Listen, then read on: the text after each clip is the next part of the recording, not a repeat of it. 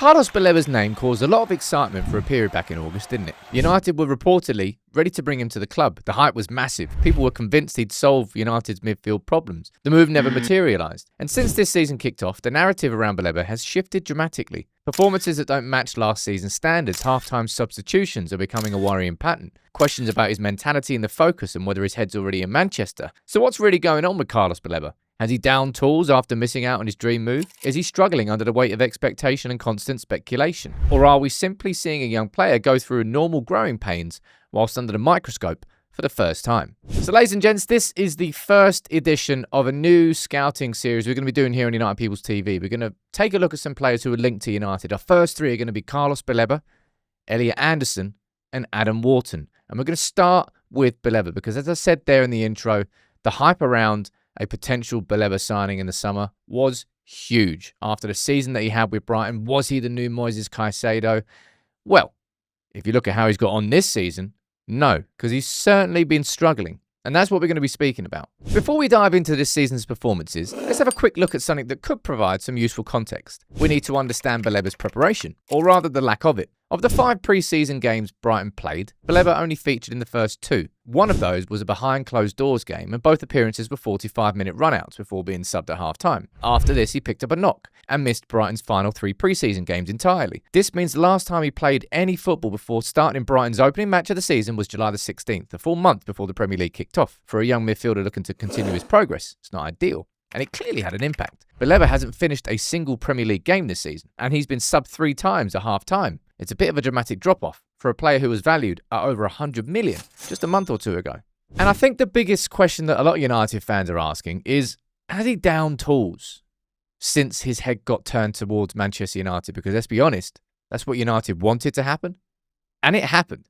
His head was fully turned. And even if he isn't consciously downing tools, has he been overwhelmed? Are there red flags that we should be taking a look at? His manager Fabian Hürzeler has been asked about these struggles repeatedly, and he's been remarkably understanding about what Baleba is going through. After one of the difficult performances, Hürzeler acknowledged the elephant in the room. For sure, when a young boy reads that there's interest from Manchester United with a big offer, it might affect him deep, even not if he's saying like, it affects me, but maybe deep inside of him there is something what affects him. So he's a young boy, and we need to understand that he's not a machine that if you click on then he always runs and off then he stops. So we need to understand his feelings, his emotions. We need to understand like where he comes from, and that's our responsibility. This is a manager who understands that a 21-year-old being the subject of a £100 million transfer move might struggle to brush it off and perform like nothing happened. Now, Hürzeler being understanding is good for Baleba to help him get through it.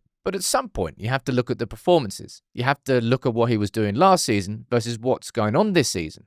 And that's what we're going to do at this point in the video. So let's go through some of the games and let's see whether there's justification to these concerns or whether it's overblown. Let's start with the opening games of the season and see how Baleba performed. Against Fulham, his first game back after the injury, the assessment was he made a solid but quiet return to football following his knee injury, capable of more when he gets back up to speed. The Brighton base gave him a 6 out of 10 rating, solid but quiet, no major flaws or mistakes. The Everton game saw his first half-time substitution, a quiet 45 minutes for the 21-year-old, losing the ball on one occasion and being replaced at half-time. He was given a 5 out of 10, and he lost possession 5 times in just 45 minutes. Against City, things got worse. Stray passes and tame challenges marked an unimpressive performance. A 4 out of 10 rating in a win over City. Not good. And the alarm bells started to ring louder. Now for Brighton's fixture against Bournemouth, he was benched. And when he did come on for 24 minutes, nearly all of his meaningful actions proved to be errors. He lost possession 7 times in 24 minutes and got another 4 out of 10 rating. I'll be completely honest, at this point, it was a really concerning trajectory. This is from a player who was so consistent for Brighton the season before that people were saying that he was the new Moises Caicedo. That all-action, all-purpose midfielder, good defensively but can bring the ball forward, and that's what Baleba was showing.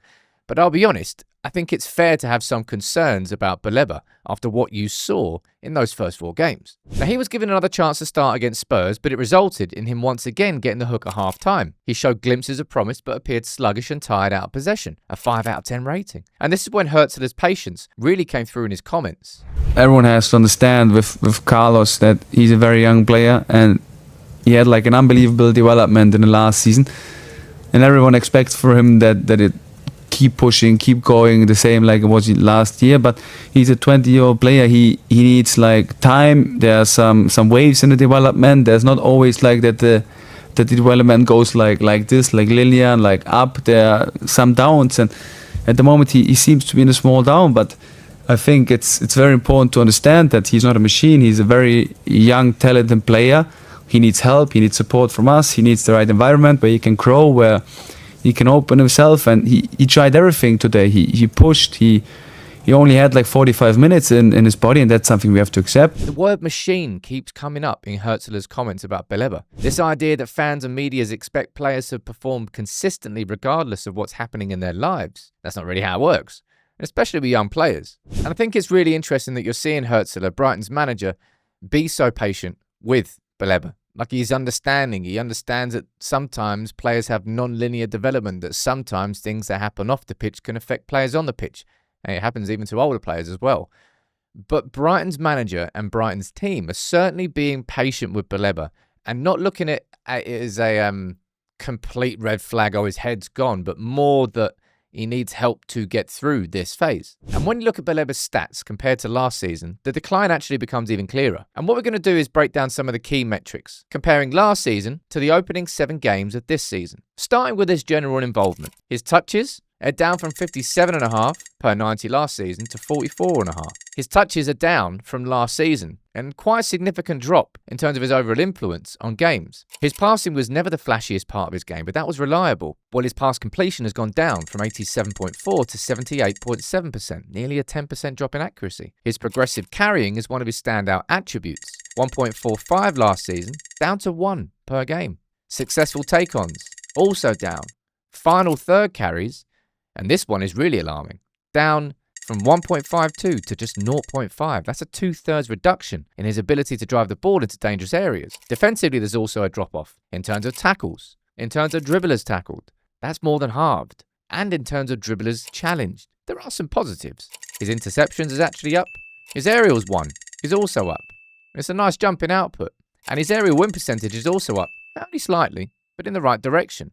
And in terms of ball security, his miscontrols going up quite significantly is maybe a good evidence of some concentration issues. Now, these numbers paint a picture of a player who's less involved and less progressive and less aggressive in his defensive actions. But crucially, not a player who's lost completely all of his ability. Truth be told, you look at those stats, you can see where the decline has come in Baleba's game. His overall influence has gone down.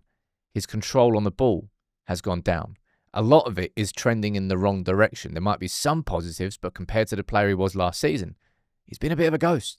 But are we seeing a player here who's just struggling, rather than somebody who's down tools, who doesn't care anymore? Are we seeing a 21-year-old who missed pre-season through injury, started the season struggling for match fitness and has been dealing with the mental distraction of constant speculation about his future? The reality is, the concerns about Baleba's game now are largely the same concerns that existed last season. He's not really the most refined passer. He can be loose in possession sometimes. His defensive positioning can be inconsistent. The difference is that now, everyone is watching. Last season, when Brighton were flying and Baleba was part of a well-oiled machine, these occasional mistakes were kind of glossed over. But now with the United links to his name, every mistake is scrutinised, and the microscope that United players face every week, Baleba's getting a bit of a taste of that, without even having made the move. My honest take on all of this is, I don't see this as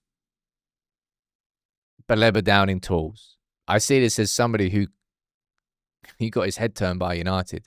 Somebody who's struggling to get his head back in the game. I wouldn't say it's a red flag which puts me off the idea of signing Baleba, but I would say it definitely raises the prospects of there being better alternatives and a better investment, certainly at the price that is being quoted, which at 100 mil, that's just not worth it. But something may have shifted in the Chelsea game. Slowly but surely, maybe the old Baleba is returning. He got a 7 out of 10 rating, his best performance of the season by some distance. 28 touches in 67 minutes and 82% of his passes found teammates. Signs of life, and against Wolves, he got a 6 out of 10 rating. 33 touches in 45 minutes, his highest involvement in a half all season, and 85% of his passes found teammates. You might be thinking, another halftime sub against Wolves after a promising performance the week prior, but Herzler's explanation to a halftime sub against Spurs early this season tells us everything about how he's managing the situation. We observed the game and we saw in some moments he struggled, so he didn't track back and couldn't defend the box anymore like he did it in the first 25 minutes. But we had an ongoing discussion, so we knew that Carlos is not like in his best shape. But like I said, you need to give the boy like the game time he needs to develop to get back to his shape, and that's something where we are responsible for. We need to take care of his health, and we are all sticking together and trying to help him. This is more pragmatic man management than a vote of no confidence. The subs aren't punishment, they're careful management of a player who clearly still isn't at full fitness. And the last couple of games have shown signs that Baleba's maybe finding his way back. And his best overall performance this season came against Newcastle. Now, that was where Danny Welbeck scored too. It's just interesting to watch closely how Baleba has been playing this season, and I hope you've learned a thing or two by watching this video. You can let me know in the comments what you think. Would everything that I've explained so far put you off signing Baleba? I hope it helps you understand a bit more, in a bit more detail anyway, everything that's been going on. And we're going to do the same with Elliot Anderson and also Adam Wharton, as I said at the start of the video. Taking a deeper look at players that we are linked with so we can keep a closer eye on their development. If there's any other players you want us to cover in this series, you can let me know. But in the comments, when it comes to Carlos Baleba, do you want United to sign him? And has his performances this season put you off signing him?